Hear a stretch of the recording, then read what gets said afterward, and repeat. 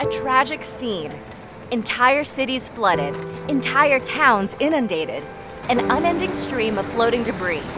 Buildings, cars, people swept away in an unstoppable wave.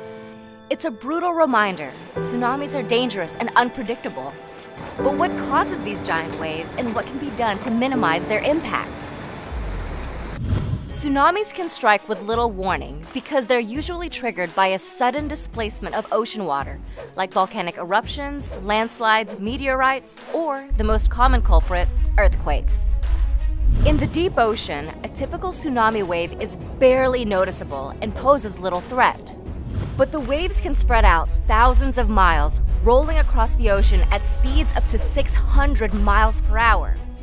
As the rolling water reaches the shoreline, the wave's friction against the shallower floor slows it down and raises its height. By the time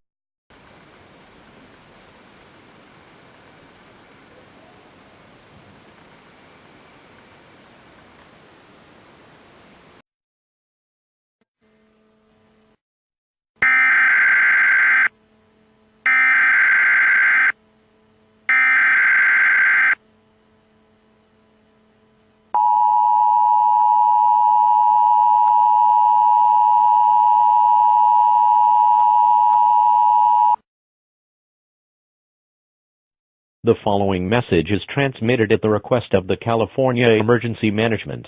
At 10:23 p.m. Pacific Daylight Time, a 9.6 earthquake struck the downtown area of Los Angeles. Extensive damage and heavy loss of life has been reported. Several aftershocks are expected to occur for the next several hours. At this time, all residents of the state of California are strongly encouraged to be prepared for another earthquake. If you are inside when one occurs, get under a desk, workbench, or other piece of sturdy furniture, and stay away from windows, walls, and other objects that may fall on you. Once the shaking stops, evacuate the building immediately.